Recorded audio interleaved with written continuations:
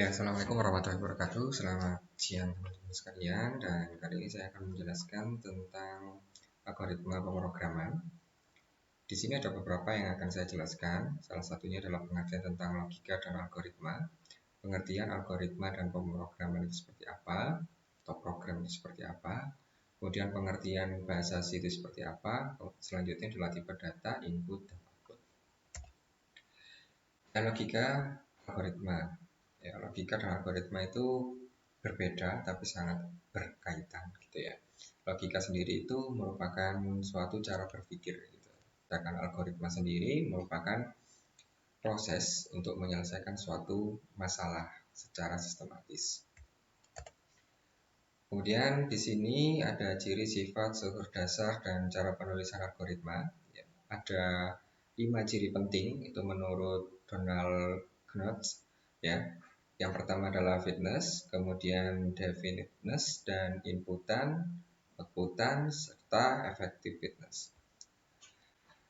Perbedaan algoritma dan pemrograman, perbedaannya cukup cukup sangat berbeda, tapi sangat berkaitan gitu ya. Ketika kita bilang program, di dalamnya pasti ada algoritma dan bahasa pemrograman itu sendiri. Selanjutnya, pengenalan bahasa C. Untuk pengenalan bahasa C itu, bahasa C memang bagus ya. Ketika kita bilang bahasa C itu bahasa yang sudah lama dan bahasa yang sudah cukup familiar gitu ya. Suka atau tidaknya bahasa C itu malah terletak di paling bukan paling bawah ya. Maksud saya di bawah gitu ya, di bagian bawah. Karena apa?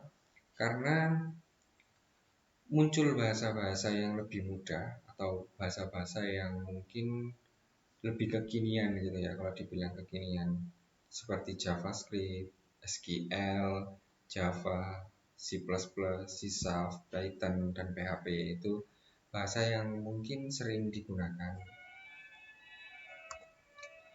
Selanjutnya, bahasa yang memiliki sintak hampir sama seperti bahasa C itu merupakan bahasa seperti JavaScript, Java, C++, PHP, dan banyak bahasa lain yang mengadopsi dari bahasa C itu sendiri.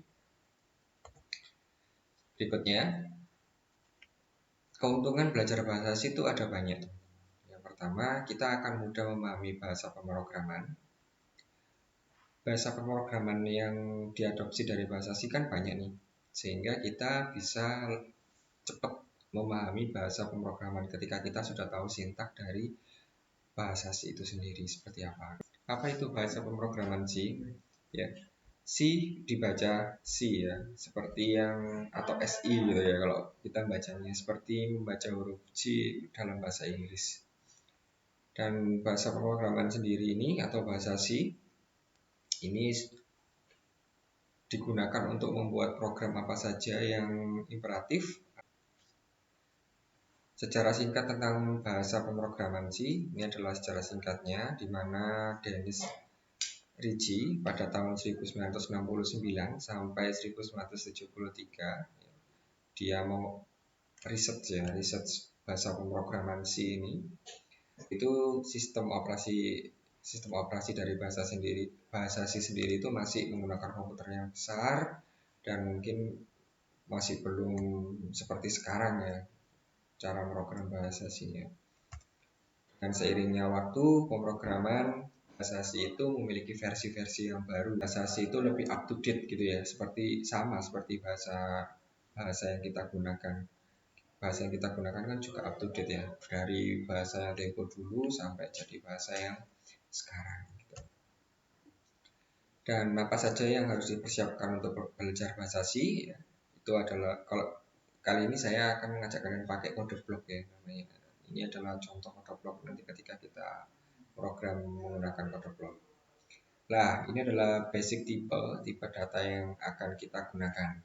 Jadi ketika nanti kalian menemui format seperti ini, %D, %I, %C, %F, dan lain-lain. Nah, ada persen-persennya depannya seperti ini. Ini merupakan specifier atau format dari integer itu sendiri. Jadi integer ketika kalian gunakan, kalian memanggilnya dengan format ini pun bisa gitu ya. Jadi data integernya kalian panggil dengan format %d itu sudah cukup. Itu di program C seperti ini ya. Jadi kalian kalau tidak hafal pun nggak masalah, yang penting kalian tahu nih, tahu apa yang harus kalian lakukan. Apa ya %d ya lah, ternyata %d itu adalah format ini gitu ya. Nah ini adalah contohnya aja, nanti kita coba untuk ngoding di program sini ya gitu ya. Oke, kita coba saja dulu untuk memprogram di bahasa C-nya. Teman-teman, kali ini saya akan menjelaskan tentang bagaimana cara menggunakan kode blok dan nanti kita bisa memprogram di kode blok tersebut. Caranya cukup mudah, tinggal kita create a new project gitu. Kemudian kita ke file dan kita pilih source. Tinggal kita klik saja source ini. Kemudian pilih C. Kemudian kita klik C. Selanjutnya kita bikin folder di sini, atau mungkin mau diletakkan di folder yang sudah ada, silakan. Kalau mau bikin folder mulai awal, kita tinggal ke PC aja, kemudian ke data. Karena tadi saya bikin foldernya di belajar 2, maka saya letakkan nanti program saya di belajar 2. Saya klik aja foldernya di belajar 2, kemudian saya beri nama adalah belajar lanjutan. Oke, dari sini saya save. Nama program saya nanti adalah belajar lanjutan. Kemudian saya klik finish. Sudah cukup seperti ini dulu, dan untuk tahap berikutnya jangan lupa settingan compilernya ya. Dipastikan compilernya seperti ini. Kemudian settingannya ini yang MIGW-nya pakai yang ini ya, MIGW 32 C++.exe, agar nanti ketika kalian compile, file hasil compile-nya bisa keluar. Sesuaikan dengan ini ya, teman-teman. Tinggal diklik aja di sini, nanti langsung keluar ya di bin-nya. Atau mungkin kalau kalian bingung, kalian bisa lihat video saya yang kemarin ya, atau yang sebelumnya. Cukup mudah kok kalau cara yang ini. Mungkin kalau masih bingung lagi, mungkin kita akan diskusi sama-sama. Atau bisa kalian menghubungi saya langsung. Oke, ini cukup, compilernya sudah teratur seperti ini. Dan kita akan mencoba untuk memasukkan inputan serta outputan yang mau kita gunakan. Untuk kali ini saya akan mengajak kalian untuk menampilkan outputan aja dulu ya. Kemudian nanti inputannya berupa apa, nanti kita akan sesuaikan aja supaya lebih mudah gitu ya belajarnya. Nah, di sini saya menggunakan program ini untuk menampilkan gitu ya, untuk menampilkan tulisan hello world di program saya.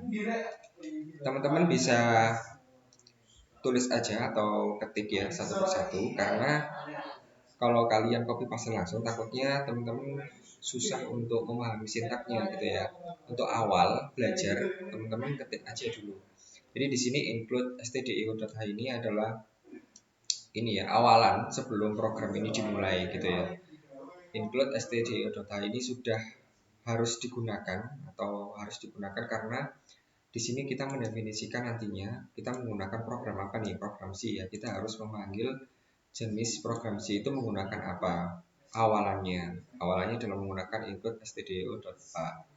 Ini awalnya ya. Kemudian integer main gitu ya. Integer main ini untuk apa? Untuk membuka program itu atau running program itu. Di PowerPoint saya sudah cukup jelas di sini ya. Untuk apa sih ketika kita menggunakan bahasa C atau ketika kita memulai program bahasa C main itu untuk apa ya? Di sini fungsinya untuk eksekusi kode sebelum dimulai gitu, atau awalan gitu ya.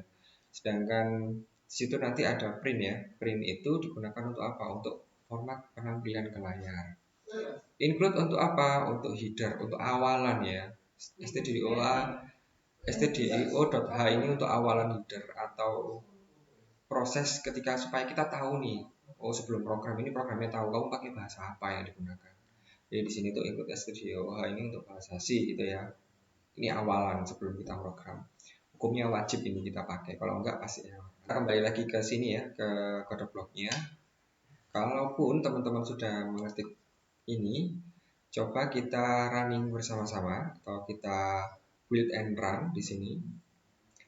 Nanti tampilannya akan menampilkan tulisan hello world. Seperti ini tampilannya. Nah, ini dia tampilannya. Jadi di CMD kita akan muncul nih, tulisannya adalah hello world. Gitu. Kalau kita press key to continue, nah dia akan hilang. Kalau kita enter, dia akan hilang. Kenapa? Karena prosesnya sudah selesai. Returnal ini adalah proses untuk menyelesaikan program, gitu ya. Ini selesai berarti programnya. Nanti kita pelan-pelan untuk belajar gimana Pak kalau next berikutnya programnya, atau kalau salah apa kembali lagi ke awal gitu ya. Jadi kita belajar jenis program-programnya berikutnya. Kemudian jika teman-teman sudah mencoba program yang ini, teman-teman bisa mencoba program berikutnya. Ya oke.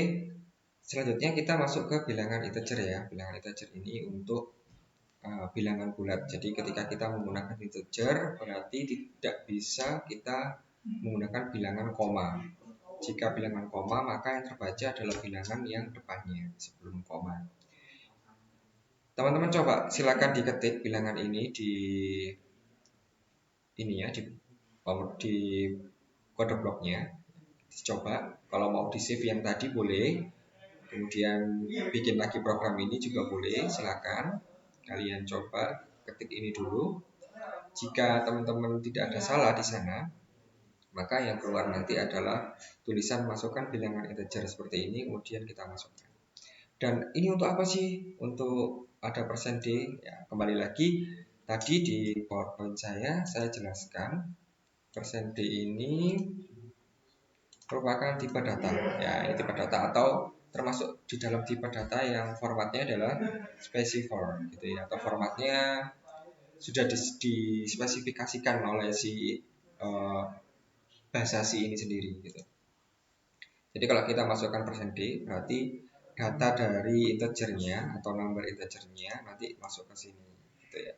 Ini dia membaca scanf ini, maksudnya dia akan membaca program persen %D atau integer ini gitu ya. Jadi integer number, saya beri nama program saya yang ini adalah integer number, program yang sedang running ini, jalan ini nanti gitu ya. Di dalam program ini saya masukkan format persen %D, formatnya integer. Kalau saya masukkan format yang lain pasti error karena tidak terbaca atau tidak terdefinisikan di sini. Jadi kita coba pakai yang integer dulu, pelan-pelan aja belajarnya, nggak perlu tergesa-gesa. Kita build di sini. Apa yang muncul? Ya, masukkan bilangan integer. Masukkan bilangan integer itu adalah tampilan pertama gitu ya, atau print yang saya munculkan pertama.